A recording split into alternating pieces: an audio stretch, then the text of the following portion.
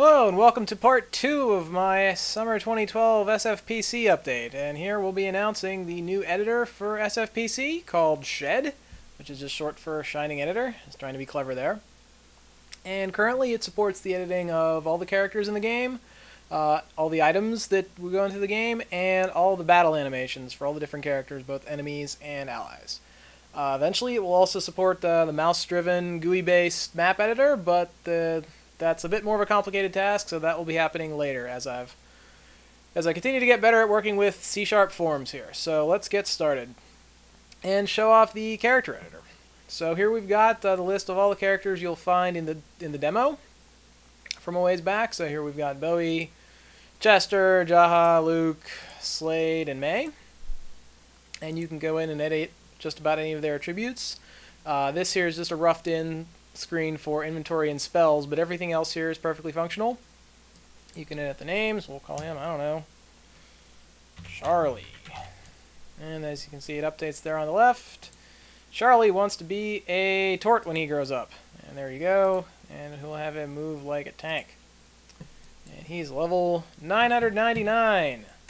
Nope, he's only level 40. It'll cap you off at all the logical endpoints for anything in Shining. So we'll fix that. And let's say we wanted to make someone new. Just hit new, get a new character, start off with a blank slate, drop them down, give them Luke's portrait. Give him Kazin's portrait. Kazin's should have some graphics here somewhere. There we go.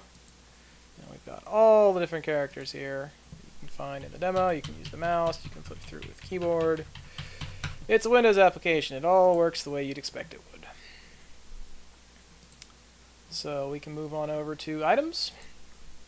This is, again, a work in progress. The only thing on here that doesn't work is range. This is how the interface will work, but that's just not implemented yet. Everything else will work. So let's add a new item. Let's add, oh, I don't know. Let's call it Force Saver.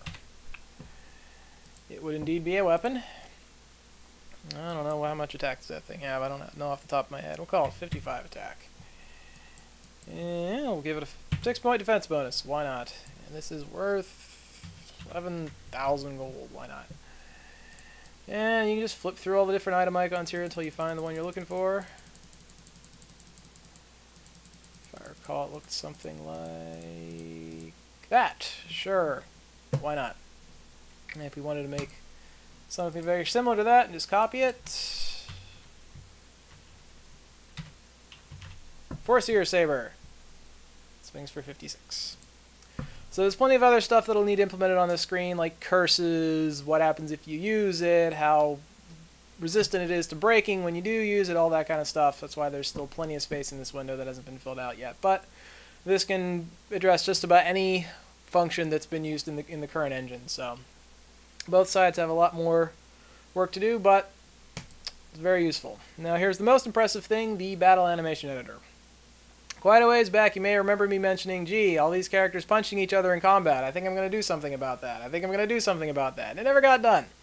Well, now it's getting done. So this animation editor will let you build battle animations for enemies or allies. And let's start by, I guess, building an animation for Bowie's attack animation. Why not? So you can see here all the different characters I've built so far. I've just done idle animations for these three, but it can support just about anything, so we'll add a new animation to this animation set. So we've got a new animation. We'll name this Attack. And this will be something that plays through once, so that'll be a sequence. A ping pong would be something that would go back and forth, so 1, 2, 3, 2, 1, 2, 3, 2, something like that. And a loop would be something like for the idle animations, which is just a 2-frame loop, 1, 2, 1, 2, 1, 2, 1, 2. But a sequence would be 1, 2, stop. It would just stay there until the duration is up. So this is going to be frame 0. And I really don't know how long this lasts. Off the top of my head, I need to do some research, but we'll just say 1/4 second. And because the character is drawn after their weapon, to make it look like they're holding it in their hand, the character should be drawn on top of the weapon. The weapon needs added first. So we're working with Bowie. Bowie uses swords. So let's find a sword. Sword 0. You can see that it updates in the preview, and then you just add that to the current frames. And we're still working with Bowie, so we will add him as well. So let's build a basic one for this. The frame index will tell us which frame we're working with. So he's got that one, he's got the secondary one for the cape furling in the wind, that's his evade animation, that's his wind up, and that's his hit. Yeah, there's only 4 frames. So we'll start with the wind up, so that's where we need it to be. Now the way weapons are stored is there's 4 different frames for those. You've got the straight up, like the 1 o'clock, the 2 o'clock, and the 3 o'clock. And then to get the rest of them, you need to enable the flip. So this flip type is none. We'll flip it to flip horizontally, and you can see that the hilt's on the other side. And we can do 3, 2, 1. That would give us 9 o'clock, 10 o'clock, 11 o'clock, and we're back at 12 o'clock again. So I feel, I'm just working from memory here, I feel like this should be, we'll go with, I think we need to do vertical flip. And we'll move, it's got to go way over. And way down. And I think, yep. Adjust this a little more. That looks about right. So most of this will apply to the next one, so we can just copy this frame. Call this frame 1. I haven't really come up with a good naming convention for all these yet. Once I do, I'll probably update it so that it names them properly, but for now, that's what you get. So for the second frame of the animation, I'm guessing this one will last a little longer. We'll say that it'll last 1,000 for 1 full second before it ends, and it'll probably loop back to idle at that point on its own. We'll go to the final frame of the animation here for him following through on his attack.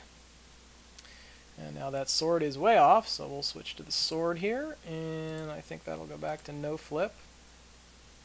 And that'll probably be, nope, that's going to be horizontal flip. And we'll bring that, nope, I'm wrong again.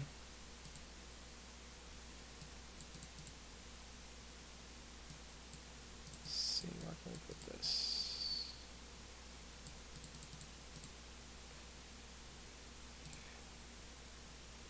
Well, to do this properly would require a little more research and some reference material, but I think you guys get the idea. But yeah, it's pretty easy to use now. I'm pretty happy with how it's turned out so far. And it does support saving and loading, so if I go over here and, oh wait, it saves across the board, so I probably don't want to save this and then have Bowie renamed into Charlie. So we won't save now, but it does in fact work. We've got a little save menu there, and it'll save it all to disk. And